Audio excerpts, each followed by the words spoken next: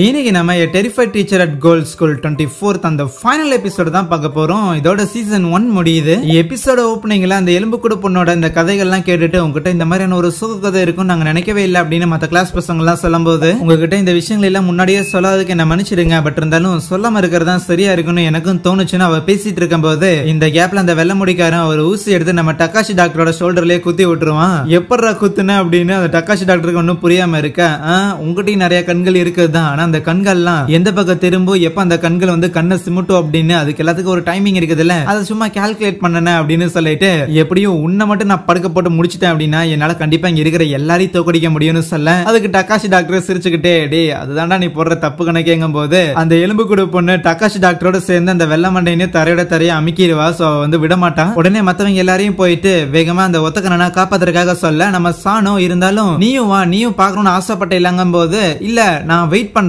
அது வரைக்கும் நான் அவங்ககிட்ட கேட்கிற அந்த ஒரு மன்னிப்பு தாக்கு பிடிக்கும் அப்படின்னு சொல்லிட்டு சரின்னு நம்ம சாணோவும் ஹீரோ மட்டும் தான் அங்கிருந்து கிளம்புறாங்களா.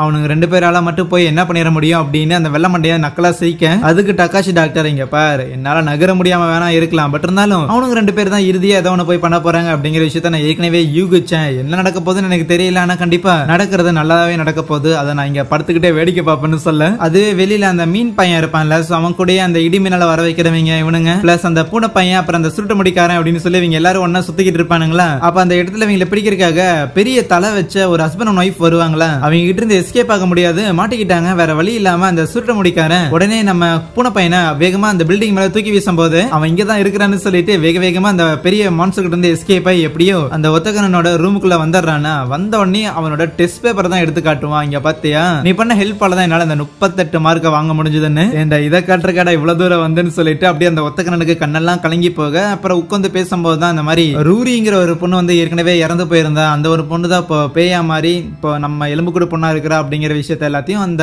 பூனை பையன் கிட்ட அவன் ஷேர் பண்ணிட்டு இருக்கிறான். ஏன்னா இந்த பிளாஷ்பேக் சொல்லும் போது பூனை பையன் அங்க இல்ல சோ இவன் மூலமா தான் தெரிய வருது பூனை பையனுக்கும். ஆனா இப்போ என்னால என்ன பண்றதுன்னு எனக்கு தெரியல, லைக் என்னாலதான் உங்க எல்லாருக்குமே இவ்வளவு பிரச்சனை அப்படின்னு அவன் பயங்கரமா அழுது புலம்பும் போது அடுத்து என்ன பண்றதுன்னு அவனுக்கு தெரியாதா. அப்ப அந்த பூனை பையன் தான் சொல்றான் அடுத்து என்ன பண்ணணும் அப்படிங்கறத நீ தான் முடிவெடுக்கணும், அந்த முடிவு எங்களுக்கு வருத்தம் கொடுக்குற மாதிரியான முடிவா இருந்தாலும் பரவாயில்ல, உனக்கான முடிவை நீ தான் எடுக்கணும்னு சொல்லிக்கிட்டு இருக்கேன். அந்த இடத்துக்கு வந்த ஒத்தகனோட அப்பாவும் அதனாலதான் சொல்றேன் சில டைம் பெரியவங்களோட பேச்சு கேட்கணும், இவனுங்க சொல்ற பேச்செல்லாம் கேட்டுக்கிட்டு இருக்காத, என் பேச்சு கேட்டுட்டு ஒழுங்கா அந்த ஸ்கூல் விட்டு வர வழிய பாரு அப்படின்னு சொல்லுவானா. பூனை பையனுமே போயிட்டு அவங்க கிட்ட இந்த உங்க பையனோட ஃப்ரெண்டு தான் நானு, பட் இருந்தாலும் இப்போ இங்க அந்த ஒத்தகண்ண இந்த ஸ்கூல்ல தான் இருக்கணும் அப்படின்னு முடிவு பண்ணிட்டானா, நீங்க ஹீரோவையும் அவனோட ஒரு வாத்தியார அக்செப்ட் பண்ணிக்கிட்டு தான் ஆகணும்னு சொல்ல அவங்க அப்பா அதெல்லாம் முடியாதுன்றவாரு. ஏன்னா நம்ம ஹீரோ கிட்ட இருக்கிற இந்த டீமன் எக்ஸார்சைஸ் பண்ற பவர்ங்கிறது ஒரு நாள் இல்ல ஒரு நாள் உங்களுக்கு எதிராகவே வந்து அவன் பயன்படுத்துறதுக்கான எல்லா வாய்ப்புகளும் இருக்குது, உங்களை அழிக்கிறதுக்கான பவர்ஸ் அதுல இருக்குன்னு சொல்ல அப்ப அந்த பூனை பையன் அவன் நகத்தை வச்சு அவங்க அப்பாவோட கண்ணை நேரத்துக்கு நொல்லையாக்கி இருந்திருப்பான். இங்க பாத்தீங்களா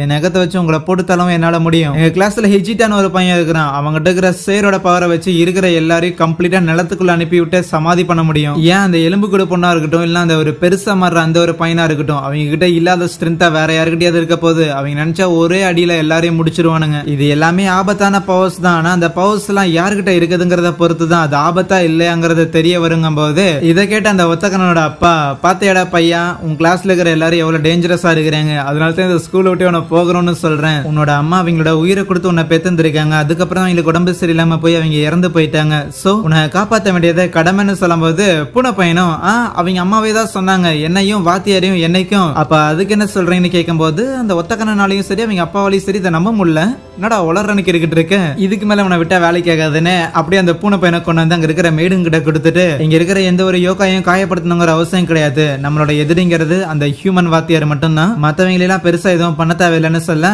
அதுவே ரூம்குள்ள அந்த பூனை பையனோட டெஸ்ட் பேப்பரை நம்ம ஒத்தகனை எடுத்து பாத்துக்கிட்டு இருப்பானா, என்னடா பேரெல்லாம் கூட கரெக்டா எழுதி இருக்கான். அப்ப அந்த டெஸ்ட் பேப்பர் பின்னாடி நம்ம ஹீரோ வந்து இந்த மாதிரி ரூஃப் டாப்ல வெயிட் பண்ணிட்டு இருப்பான், நீ போ அப்படின்னு எழுதி இருக்கும். அதை படிக்கும் போது அந்த ஒத்தகனுக்கு புரியும் இவ்வளவு நேரம் பசங்க எல்லாரும் வந்துட்டு இங்க வீட்டுல பெரிய பிரச்சனை பண்ணானுங்களா, இது எல்லாமே இந்த ஒரே ஒரு டெஸ்ட் பேப்பருக்கு பின்னாடி இருக்கிற இந்த ஒரு வார்த்தையை நம்ம ஒத்தகன ஒத்தக்கனண்டா கொண்டு வந்து சேர்க்கணுங்கிறதுக்காக மட்டும்தான். சோ மேல நாங்க வெயிட் பண்றோம், நீ வா, வந்தேன்னா கூட்டிட்டு போறோம் அப்படிங்கறது தான். அப்படின்னா சரி நானே கிளம்புறேன்னு சொல்லிட்டு ஸ்கூல் யூனிஃபார்ம் போட்டுட்டு வெளியே போக தயாராக எங்க ஹீரோவும் சானுவும் ரூஃப் டாப் போறதுக்காக வரும்போது கரெக்டா அந்த ஒத்தக்கனோட அப்பாவும் அங்க ஏகப்பட்ட மெய்டு வந்துருவாங்க. தேவையில்லாம ரொம்ப போராடிட்டு இருக்காத, உன்ன மாதிரியான ஹியூமன்ஸ் எல்லாம் எங்களை மாதிரியான யோகாயிங் கூட இருக்க கூடாது, எங்களை மாதிரியான யோகாயிங்கிறது வேற, உங்களை மாதிரியான ஹியூமன்ஸ்ங்கிறது வேற அப்படின்னு அவர் சொல்லிட்டு இருக்க ஒரு பிளாஷ்பேக். இந்த ஒத்தக்கனோட அம்மா ஒரு ஹியூமன் தானே, சோ அவங்க பிரெக்னெண்டா இருக்கிற டைம்ல இந்த ஒத்தக்கனோட அப்பா வந்து ஹாஸ்பிட்டல் கூட்டு போயிருந்திருப்பாரா, அது டகாஷி டாக்டரா தான் இருக்கும். இந்த மாதிரி குழந்தைய பெத்துக்காதீங்க, குழந்தைய கிவ் அப் பண்ணிருங்க அப்படின்னு சொல்லியிருந்திருப்பாங்க, கலைச்சிருங்கன்னு. ஏன்னா ஒரு யோகாய் குழந்தை பிறக்குது அப்படின்னா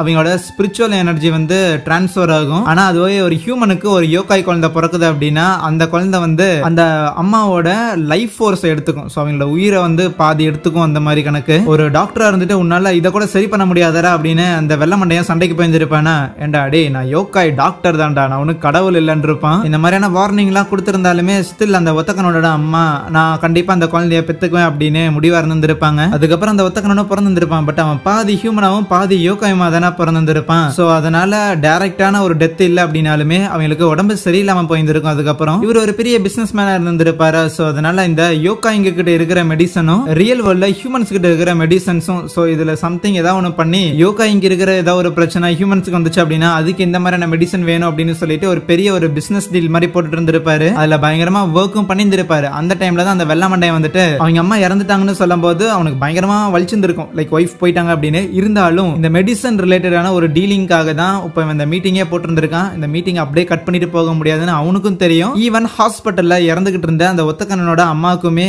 ரைட், என்னோட ஹஸ்பண்ட் கண்டிப்பா இந்த மாதிரி ஒரு முக்கியமான வேலைக்காக தான் ஒரு மீட்டிங்ல இருந்திருப்பான், அதனால தான் வரல அப்படின்னு அவங்களுக்கு தெரிஞ்சுட்டே தான் அவங்க இறந்து போயிருந்திருப்பாங்க. அதுக்கப்புறம் என் ஒய்ஃபை தான் காப்பாற்ற முடியல, பட் இருந்தாலும் என் பையனையாவது எப்படியாவது காப்பாத்தி ஆகணும்னு சொல்லி தான் அந்த ஒத்தக்கனோட சுத்தி ஏதாவது டேஞ்சரஸா இருக்குமா இல்லையான்னு சொல்லி எப்பவுமே கண்காணிக்கிறதுக்காக இந்த வெள்ளமண்டையை அப்பாயிண்ட் பண்றது மட்டும் இல்லாம நம்ம ஹீரோ ஒரு ஹியூமன், அவங்ககிட்ட இந்த டீமன் எக்ஸசைஸ் பண்ற பவர் இருக்கு அப்படின்னு தெரிஞ்சோன்னே இவனோட பவர் நம்ம பையன் மேல பட்டுச்சு அப்படின்னா கண்டிப்பா பையன் காலி. அதனால தான் ஹீரோ கிட்ட இருந்து அந்த ஒத்தக்கனோட காப்பாத்தணும்னு நினைக்கிறான். இதெல்லாம் சொன்னாலுமே நம்ம ஹீரோவும் சரி சானுவும் சரி, பட் இருந்தாலும் உங்க பையன் என்ன நினைப்பான் அப்படிங்கறத என்னைக்காவது கவலைப்பட்டிருக்கீங்களான்னு கேட்க, அவன் சின்ன பையன், அவன் என்ன நினைக்கிறாங்கிற விஷயத்தை பத்தி எதுக்கு கவலைப்பட்டுக்கிட்டு, அவனுக்கு எது நல்லது அது எனக்கு தான் செய்ய தெரியும்னு சொல்ல, அப்ப கரெக்டா மேல மாடியில இருந்து அங்க ரூஃப்ல பார்த்தா நம்ம ஒத்தக்கனை வந்து விழுவானா, டே எங்கடா பால்கனில தாவிக்கிட்டு இருக்கிறேன்னு சொல்லி அவங்க அப்பா போய் அப்படியே கதவு திறந்து பார்க்கும்போது என்ன பையன் இவ்வளவு வாழ்ந்துட்டாராம் அப்படின்னு யோசிப்பாரு. அப்பதான் அந்த ஒத்தக்கனை வானத்துல ஏதோ மின்ற மாதிரி ஒன்னு பார்த்துட்டு ஓ பிளான் அப்படி போகுது அப்படின்னு நினைச்சிட்டு அதுக்கப்புறமே வந்து மொட்டை மாடி ஏறதுக்காக ட்ரை பண்ணி போய் நின்னா அந்த இடத்துல அவங்க அப்பா நிப்பாரு. கூடவே நம்ம ஹீரோவையும் கேப்சர் பண்ணியாச்சு. ஹீரோ தோத்து போயிட்டான். அதனால டே ஹீரோ ரொம்ப எல்லாம் பயப்படாத,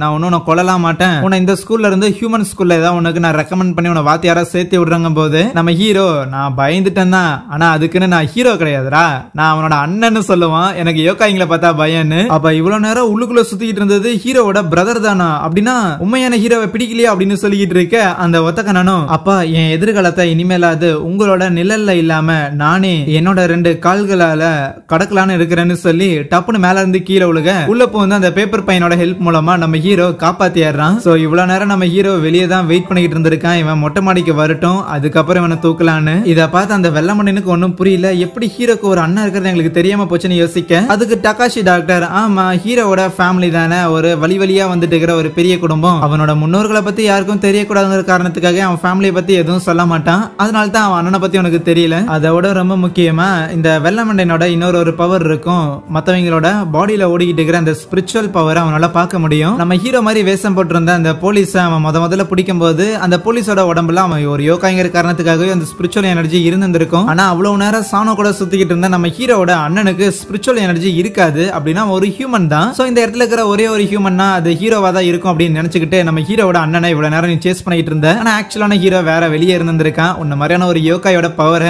ஒரு ஹியூமன் ஒருத்தன் அட்வான்டேஜா எடுத்துக்கிட்டு உன்னையே ஏமாத்திருக்கான் அப்படிங்கிற இந்த ஒரு ஃபீல் எப்படி இருக்குதுன்னு கேட்டுக்கிட்டு இருக்கேன். அந்த ஒத்தக்கனும் நம்ம ஹீரோவும் அந்த பேப்பர் பை மேல தானே இருப்பாங்க. சோ அப்பதான் அந்த ஒத்தக்கண்ணை வெளியே வந்துட்டு வானத்துல ஏதோ மின்ற மாதிரி பார்த்துருப்பான்ல, அவன் கண்ணால தான் பயங்கரமா ஜூம் பண்ணி பார்க்க முடியுமே. சோ அப்படிதான் வானத்துல மேலதான் நம்ம ஹீரோ வெயிட் பண்ணிட்டு இருக்கிறான் அப்படிங்கிற விஷயத்த அவன் அப்பவே கண்டுபிடிச்சிருந்திருப்பான். நேரா வந்து ரூஃப் மேல இறங்கும் போது அப்படின்னா இவ்வளவு நேரம் நீ வானத்திலேயே இருந்தேன்னு நம்ம ஒத்தக்கனோட அப்பா கேட்க, ஆமா எங்க பசங்களால இங்க மழைலாம் வர வைக்க முடியும் அப்படின்னா நிறைய மேகங்கள் வரணும்ல, அந்த மேகத்துக்கு மேலதான் நான் இருந்தேன், வெயிட் பண்ணிக்கிட்டு இருந்தேன். எங்களால நினைச்சிருந்தா உள்ள பூந்து அவனை தூக்கிட்டு வந்திருக்க முடியும், பட் இருந்தாலும் இந்த ஒத்தக்கனே கன்வின்ஸ் ஆகி மேல வரனா அப்படிங்கறக்காக காத்துக்கிட்டு இருந்தேன்னு சொல்லுவாரு. அந்த வெள்ளை மண்டைனா வந்துட்டு அந்த ஒத்தக்கனோட அப்பா கிட்ட தலை நான் மன்னிச்சிடு, என்னால மாஸ்டரை ப்ரொடெக்ட் பண்ண முடியலன்னு சொல்ல, இல்ல பரவாயில்ல இருக்கட்டும்ட்டு அதுக்கப்புறம் அவருமே போய் நம்ம ஹீரோ கிட்ட ஓகே நீங்க ஜெயிச்சிட்டீங்க, நான் என் பையனோட ஸ்கூல் டிரான்ஸ்பரை கைவிடுறேன்னு சொல்றாரு. அதுக்கப்புறம் இந்த எலும்பு கொடுப்புன்னு இருக்கிறாள் அவளும் போயிட்டு நம்ம ஒத்தக்கங்கிட்ட பேசும்போது லைக் இந்த மாதிரி ஒரு 7 வருஷத்துக்கு முன்னாடி உண்மையாலுமே உன்னோட கண்ணை முதல்ல நான் பார்க்கும்போது பயப்பட தான் செஞ்சேன், ஆனா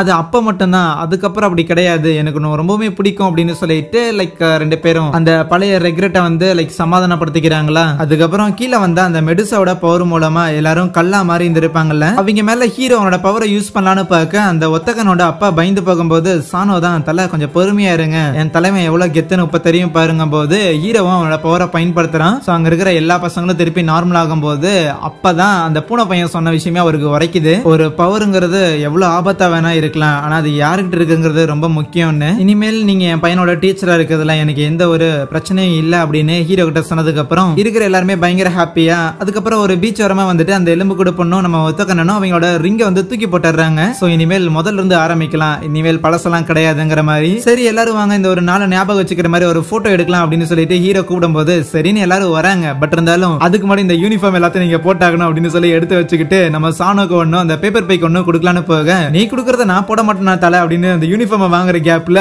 அவன் கையில வச்சிருந்த கெமிக்கலை கீழே போடுவானா, அவ்வளவுதான் அங்க ஒரு பெரிய பிளாஸ்டே ஏற்படும். இருக்கிற எல்லாரும் அப்படியே பொசுங்கி போக அதுலயே ஒரு போட்டோவும் கிளிக் ஆயிடும். என் பேர் தான் ஹராக்கி ஆபே, நான் இங்க இருக்கிற ஹயாக்கி அகாடமில ஒரு வாத்தியாரா பணி புரிஞ்சுட்டு இருக்கிறேன், எனக்கு இந்த வேலை ரொம்பவே பிடிச்சிருக்கு, அதுவும் ரொம்ப முக்கியமா இந்த யோகா எங்களுக்கு எல்லாம் சொல்லி தரது, இவங்க கூட சேர்ந்து இந்த மெமரிஸ் எல்லாம் மேக் பண்றது அப்படிங்கிறது எனக்கு ரொம்பவே பிடிச்சிருக்கு அப்படின்னு அவன் சொல்ல, அங்கே இந்த ஒரு சீசன் 1 முடிக்கிறாங்க. எனவே சீசன் 1 மட்டும் தான் வந்திருக்கு, சீசன் 2 வருமானு எனக்கு தெரியல, வந்துச்சு அப்படின்னா பார்க்கலாம். பிளஸ் உங்களுக்கு வேற ஏதாவது சீரிஸோட ரெக்கமெண்டேஷன் இருந்துச்சு அப்படின்னா அதை மறக்காம கமெண்ட்ல ஷேர் பண்ணிட்டு போங்க. கூடவே இந்த சீரிஸை பத்தின தாட்ஸையும் நீங்க கமெண்ட்ல சொல்லுங்க, அது என்ன என்று தெரிந்து கொள்வோம். சோயா